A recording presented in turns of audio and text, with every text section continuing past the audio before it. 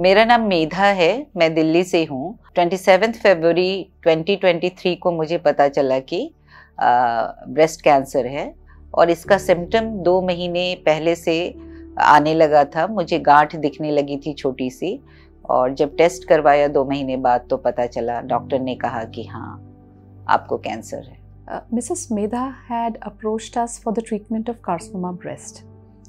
और मेधा जी के आने से पहले मैं उनकी बहन और उनकी माता जी का भी ट्रीटमेंट कर चुकी थी। तो जब मेधा जी हमारे पास आई तो एक तरह से कहें तो इस बीमारी के साथ उनका परिचय नया नहीं था। वो पिछले 3 साल से इस बीमारी के साथ डील कर रही थी एक फैमिली मेम्बर के लिए। तो जब वो आई तो एक तरह से मेंटली कुछ तरह से वो तैयार भी थी, क्योंकि उन्होंने कुछ ट्रीटमेंट्स देखी हुई थी, उनको पता था किस ट्रीटमेंट का कैसा कोर्स रहता है, कैसे साइड इफ़ेक्ट्स रहते हैं। तो शायद ये उनके फेवर में रहा, because she was acclimatised to lot of treatment modalities. जब पता चला तो थोड़ा धक्का तो लगा, लेकिन मैंने अपने आसपास अपने परिचितों में बहुत लोगों को इसका सामना करते हुए देखा। तो 1-2 दिन थोड़ा उदास रही। उसके बाद मन में ख्याल आया कि इसको कैसे सकारात्मक ढंग से देखा जा सकता है, और अचानक से मेरे मन में एक वाक्य गुजरा कि अच्छा, मैंने तो रामकृष्ण परमहंस और महर्षि रमन का क्लब ज्वाइन कर लिया है, क्योंकि उन्हें भी कैंसर हुआ था। और इस बात ने मुझे थोड़ी सी निश्चिंतता दी, थोड़ी सी एक शक्ति दी इस संघर्ष का सामना करने के लिए। So in case of Medha ji, I think what was important was her strong resolve.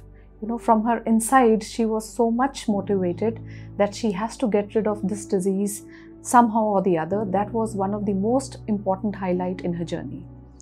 Second thing which I felt was important, that an understanding. So it is important to understand that what the treatment is all about, how the treatment course will proceed, so that you can mentally prepare yourself towards the entire journey of treatment. Because as we know, cancer treatment is not a treatment of a day or two. It is almost spanning over 6 to 8 months and at times even up to a year. Doctors जो होते हैं केवल अपनी medical treatment से आपका इलाज नहीं करते हैं।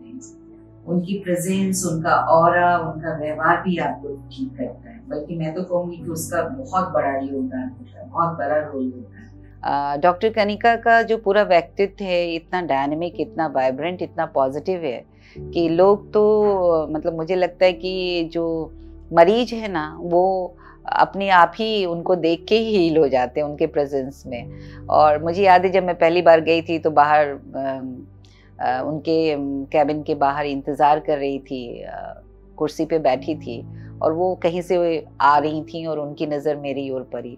तो उस समय मेरे बाल नहीं थे, मेरे आईब्रोज नहीं थे, और सब लोग, ऑफ कोर्स हमारे समाज में जो ब्यूटी का एक कॉन्सेप्ट है उसमें एक अलग ही नज़र से आपको देखा जाता है। जब आप कीमो से गुजर रहे होते हैं तो सबकी नज़र आश्चर्य से देखती है और प्रश्नवाचक चिन्ह से देखती है। तो जैसे ही मैं उनके केबिन में एंटर करती हूँ, बोलते oh you look so awesome.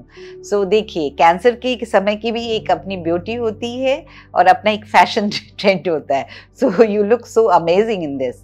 तो एक मनुष्य के रूप में, एक पेशेंट के रूप में नहीं, एक मनुष्य के रूप में व्यवहार जब डॉक्टर करता है ना, तो मरीज के भीतर एक इत्मीनान आता है, एक विश्वास पैदा होता है। और इलाज के लिए वो विश्वास बहुत ज़रूरी होता है। और डॉक्टर कनिका मुझे लगता है अपने हर पेशेंट को ये विश्वास देती हैं, और मैं उनकी बहुत ग्रेटफुल हूँ, बहुत थैंकफुल हूँ कि उस जैसी सहज महिला मुझे डॉक्टर के रूप में मिली।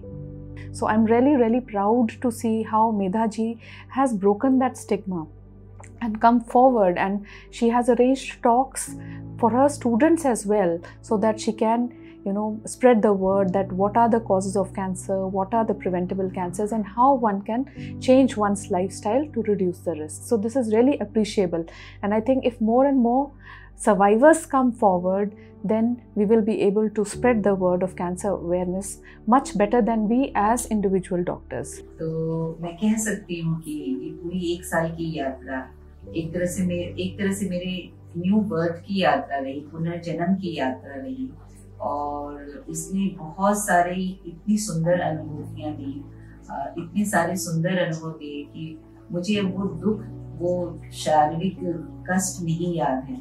अक्सर क्या होता है, कैंसर शब्द को ऐसा लगता है कि डेथ सेंटेंस है, ऐसा कुछ नहीं है। कैंसर को समय से अपना ख्याल रखें और समय पर डायग्नोसिस होना ही इसका सबसे बड़ा इलाज है। तो समय से अपना ख्याल रखें, अपनी देह को समझें, अपनी देह को जानें, अपनी मन को समझें, अपनी मन को जानें।